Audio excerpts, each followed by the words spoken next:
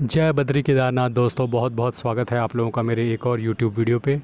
तो दोस्तों आज हो चुकी है 25 सितंबर और 24 सितंबर तक के मेरे म्यूचुअल फ़ंड पोर्टफोलियो अपडेट हो चुके हैं।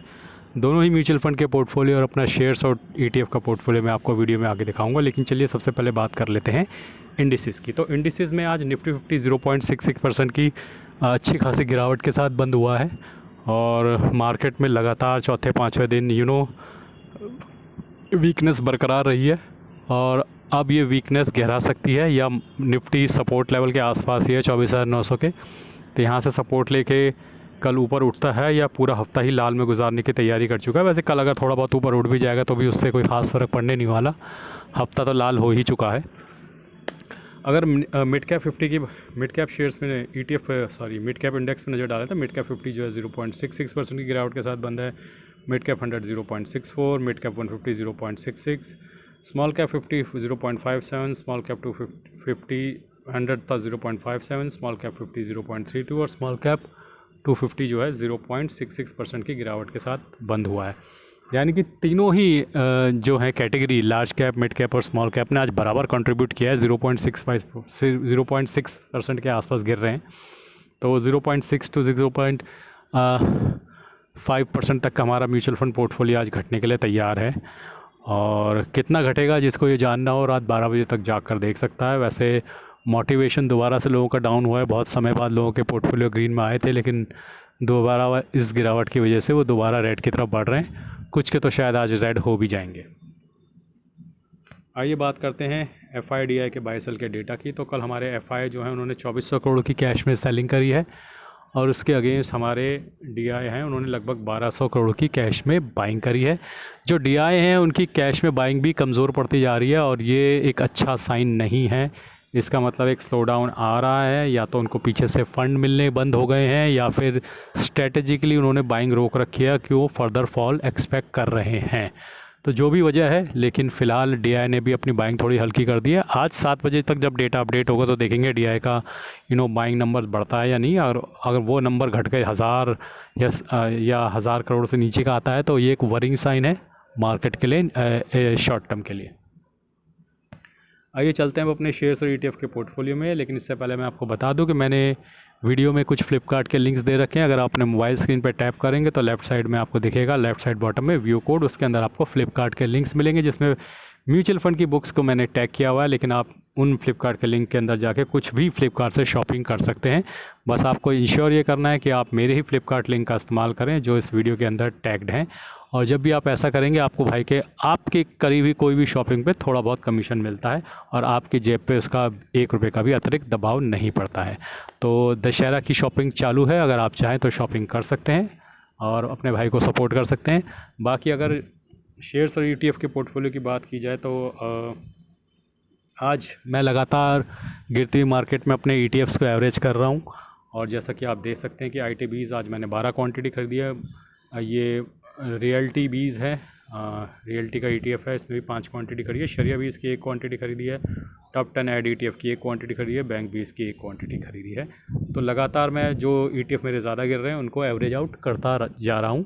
और आज मुझे शेयर्स और ETF के पोर्टफोलियो में लगभग 2400 रुपये का नोशनल लॉस हुआ है, 1.43%।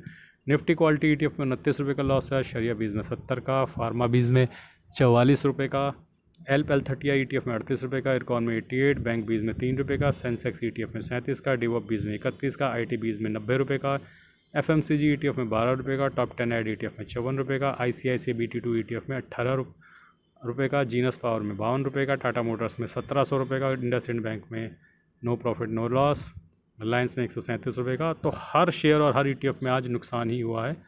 और अगर आप ओवरऑल स्थिति देखेंगे मेरे पोर्टफोलियो की तो आप देख सकते हैं कि अभी ये 21,000 के लॉस में चला गया है, लगभग 11.25% के। 1,93,000 इन्वेस्टमेंट वैल्यू है, 1,71,000 करंट वैल्यू है पोर्टफोलियो की। निफ्टी क्वालिटी ETF फ़िलहाल 0% रिटर्न पे बना हुआ है। शरिया बीज में 1.79% का लॉस है, फार्मा बीज में आधे % का लॉस है, LPL30 ETF में 1.5% का लॉस है, इनकॉन में 28, bank bees no profit no loss, Sensex ETF जो है नो प्रॉफिट नो लॉस, डिवॉप बीज 1.25% के नुकसान में, IT बीज 2.25% के नुकसान में, FMCG ETF 1.5% के नुकसान में, टॉप 10 ऐड ETF 2.5% के नुकसान में। ICICI BT2 ETF अभी भी 2.25% के मुनाफे में स्टैंडिंग पोजीशन है, लेकिन जिसमें सबसे कम अमाउंट है वही प्रॉफिट में है, जिनमें ज़्यादा अमाउंट है वो सब नुकसान में है। तो ये that's my luck. Genus power 30%, Tata Motors 9%, IndusInd bank 32%, Reliance अभी भी आधा % प्रॉफिट में बरकरार है। तो ये तो थी स्थिति मेरे शेयर्स और ETF के पोर्टफोलियो की। आइए अब चलते हैं अपने इंड मनी ऐप के म्यूचुअल फंड पोर्टफोलियो पे और देखते हैं कि वहाँ क्या स्थिति है। और स्थिति वहाँ पे भी इंड मनी ऐप का म्यूचुअल फंड पोर्टफोलियो की बाद में बात करते हैं, लेकिन पहले चलते हैं ग्रो ऐप के म्यूचुअल फंड पोर्टफोलियो पे। तो ग्रो ऐप के म्यूचुअल फंड पोर्टफोलियो में दोस्तों आज कल जो है 18,683 का नोशनल लॉस हुआ है। अब इस पोर्टफोलियो में जो प्रॉफिट है वो 45,479 बचा है। 27,47,000 इन्वेस्टेड वैल्यू है, 27,90,000 करंट वैल्यू है पोर्टफोलियो की। एक बार मैं आपको दिखा देता हूँ फटाफट कौन कौन से शेयर्स म्यूचुअल फंड ने कल कितना रिटर्न दिया। जिन्होंने सबसे कम लॉस दिया वो ऊपर नज़र आ रहे हैं, और लगभग सारे ही म्यूचुअल फंड ने कल लॉस दिया है, और आज भी लगभग सारे ही लॉस देंगे। आज हो सकता है कि डिफेंस वाले बचा जाएं, लेकिन उसके अलावा सारे ही म्यूचुअल फंड में लॉस होना लाजमी है, क्योंकि फ़ोन लाइन पे आज़मी है। और एक बार देख लेता हूँ इंड मनी ऐप का ऐप खुला है या नहीं खुला है। अगर नहीं खुला है तो एक बार उसे फटाफट खोल लेते हैं और आपको दिखाते हैं कि इंड मनी ऐप में क्या स्थिति है।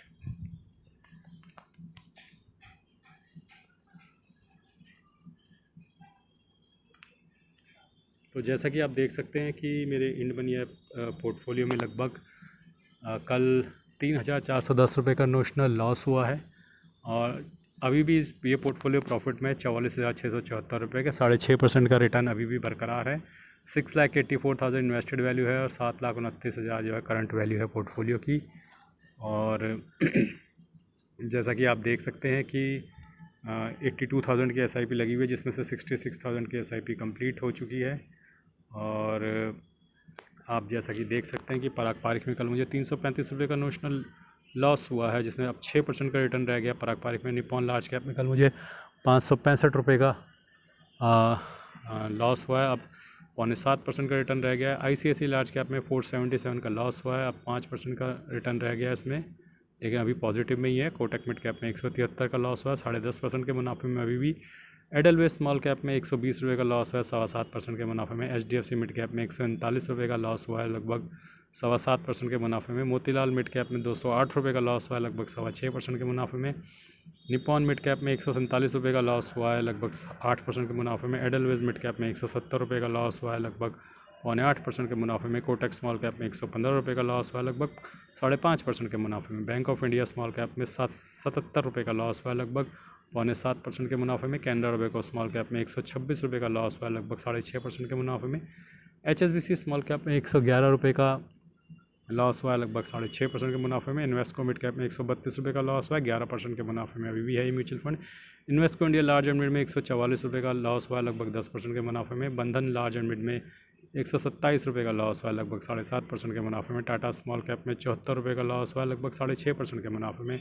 निप्पॉन स्मॉल कैप में 79 रुपीज़ का लॉस हुआ है, लगभग 6.5% के मुनाफे में। SBI स्मॉल कैप में 53 रुपये का लॉस हुआ है, लगभग 5.5% के मुनाफे में। JM फ्लेक्सी कैप में 30 रुपये का लॉस हुआ है, लगभग 4.5% के मुनाफे में अभी भी ये म्यूचुअल फंड है। तो अभी भी सारे म्यूचुअल फंड मुनाफे में ही हैं। और दोस्तों अब वेट एंड वॉच की सिचुएशन है। कल निफ्टी बहुत ही क्रूशल सपोर्ट लेवल पे रहेगा, और अगर कल गिरावट आती है तो फिर हमको 24,600 तक के लेवल दोबारा ओपन होते हुए नज़र आ जाएंगे। ये स्थिति ऐसी है दोस्तों कि यहाँ पे जब भी मार्केट इस पोजीशन में जाती है लोग दोबारा घबराना शुरू करते हैं। हम कितनी बार घबरा चुके हैं, और कितनी बार घबरा के हमने ये देखा है कि हम दोबारा मार्केट में बाउंस बैक करते ही हैं। तो जब हमको पता है कि हमें बाउंस बैक करना ही है तो हम घबराते क्यों हैं? क्योंकि अब देखिए दोबारा से वो घबराहट वाले मैसेज आने शुरू हो जाते हैं कि अब क्या होगा, क्या मार्केट और गिरेगी।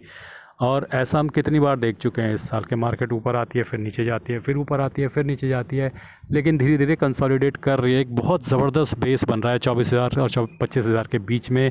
यहाँ पे बहुत सारी इन्वेस्टमेंट हम लोगों ने कर रखी है। अब बस इंतज़ार है मार्केट के उठने का, और लेट्स होप कि जल्दी ही मार्केट रिकवर करेगी। सितंबर का महीना तो बहुत ज़्यादा अच्छा जाता हुआ तो नज़र नहीं आ रहा, लेकिन अगस्त अक्टूबर के महीने में उम्मीद है कि मार्केट फॉरवर्ड पी के हिसाब से भागना शुरू करेगी और दशहरा दिवाली के पीरियड में एक अच्छा गेन हमें देखने को मिलेगा अगले महीने। तो दोस्तों आज के लिए बस इतना ही। धन्यवाद, गुड बाय, जय बद्री केदार।